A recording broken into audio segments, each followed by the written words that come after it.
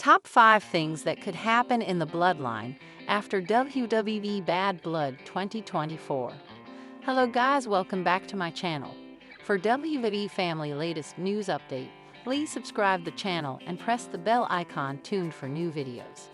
Bad Blood 2024 ended with the team of Roman Reigns and Cody Rhodes standing tall after having successfully defeated the team of Jacob Fatu and Solo Sikoa in their tag team main event.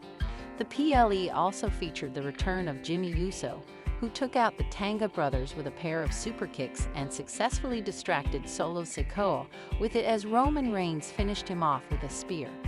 At the end of the event, the Rogue Bloodline would once again try to attack a tired Cody Rhodes before Jimmy would convince Roman, and the two of them would once again beat up Solo's faction and send them out of the ring. The event ended with the three of them, Roman Reigns, Cody Rhodes, and Jimmy Uso, standing tall, only that it didn't end there. We got the final boss music hitting, and The Rock coming out with the People's Championship, looking on to the three standing in the ring with what you can only call is a look of disappointment.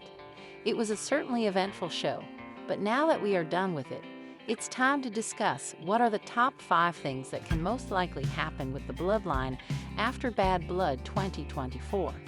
The Wiseman is the one who conducts business on behalf of the Bloodline, and it has been that way ever since Roman Reigns and Paul Heyman started off their partnership in 2020.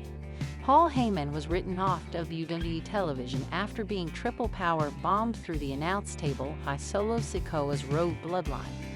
This happened because he refused to acknowledge Solo Sikoa as his tribal chief. Now is the perfect time to bring back the Wiseman once again, as Survivor Series is just around the corner, and from what it seems, WWE is still going to the Bloodline Civil War at the event.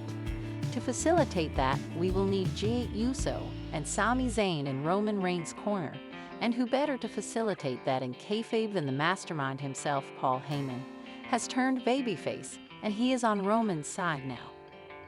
The current Intercontinental Champion in the red brand, Jey Uso, and Gunther's next challenger for the World Heavyweight Championship are also good guys in their show, so it only seems to be a matter of time before they rejoin the Bloodline. As mentioned before, Paul Heyman will play an important role in the business end of things. As for what will convince them to help Roman after everything he made them go through, well, for Jey Uso, it probably comes down to the fact that Jimmy is his twin brother, and he just wants to save him despite everything. And yes, they will need saving. Roman Reigns and Jimmy Uso will be outnumbered now, as Cody Rhodes will have his sights set on Kevin Owens after he turned on him in a parking lot segment post-Bad Blood 2024. This means Jey Uso will need to eventually help his brother, and well, Sami Zayn also has a brotherly bond with Jey Uso, and therefore he might help out just for that and not Roman Reigns. If Roman Reigns shouldn't be the tribal chief anymore in Solo Sikoa's eyes, or in the eyes of whoever it is whose instructions Solo has been following, going rogue with his new version of the Bloodline, which is likely the final boss, Rock, then through the same lens, it is worth noticing that Roman Reigns lost only once in the last 4 years.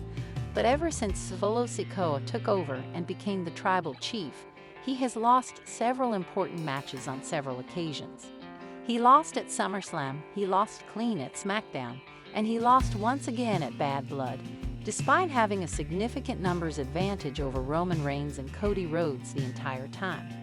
This might not age well with The Rock, who might bring in Hikuleo or just manipulate the werewolf, Jacob Fatu, into kicking Solo Sikoa out of the Bloodline, as he is the deadweight dragging them down. The Rock might take over from there as the leader of the new Bloodline.